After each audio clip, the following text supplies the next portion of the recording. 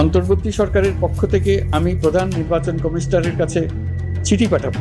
আওয়ামী লীগের ব্যাপারে এখন ধরেন এটা তো বিচার না হওয়া পর্যন্ত। আর আল্লাহকে ডাকেন। আগামী নির্বাচনে অংশ নিচ্ছে আওয়ামী লীগ। এই খবরে চোখ কপালে উঠছে অনেকের। দলটির কার্যক্রম তো নিষিদ্ধ, নেতারা বিচারের মুখোমুখি, প্রতীক বাতিল, তবুও কিভাবে? আসলে এই অংশগ্রহণটা হচ্ছে না খোলামেলাভাবে, বরং পর্দার আড়ালে। বিশ্লেষকরা বলছেন, ক্ষমতা হারিয়ে পালিয়ে যাওয়া আওয়ামী লীগ এখনও মাঠ ছেড়ে দেয়নি। তাদের হাতে রয়েছে বিপুল পরিমাণ লুটপাট করা অর্থ, প্রশাসনিক নেটওয়ার্ক এবং রাজনৈতিক বুদ্ধিমত্তা। আর এবার তারা হয়তো সেই অর্থই কাজে লাগাতে যাচ্ছে ছদ্মবেশী প্রার্থী দাঁড় করিয়ে নির্বাচনে অংশ নিতে। এই থিওরির ভিত্তি মূলত 2024 সালের নির্বাচন। তখন আওয়ামী লীগ নিজের প্রার্থীদের বিপরীতেও দাঁড় করিয়েছিল তথাকথিত স্বতন্ত্র প্রার্থী। 2026 সালের নির্বাচনেও একই ছকে খেলতে পারে তারা। এবার নৌকার বদলে নতুন প্রতীক, নতুন নাম, নতুন মুখ।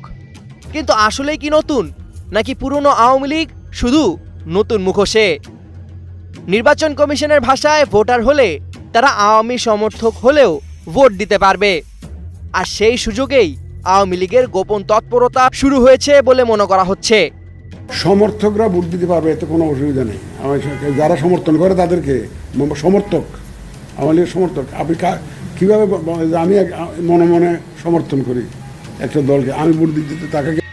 সামাজিক যোগাযোগ মাধ্যমে অনেকেই দাবি করছেন, ঢাকার বিভিন্ন স্থানে ইতিমধ্যে নির্দিষ্ট কিছু নতুন প্রার্থীকে অর্থায়ন, প্রচারণা পরিকল্পনা এবং কেন্দ্র নিয়ন্ত্রণের প্রশিক্ষণ দেওয়া হচ্ছে, যাদের অতীত ঘেঁটে দেখা যাচ্ছে কেউ না কেউ আওয়ামী লীগের শাখা সংগঠনের সঙ্গে কোনো না কোনোভাবে জড়িত ছিলেন। সম্প্রতি আওয়ামী লীগ কর্মীদের প্রশিক্ষণ দেওয়ার অভিযোগে এক সেনা কর্মকর্তার আটকের ঘটনা এই দাবিকে আরও জোরালো করেছে।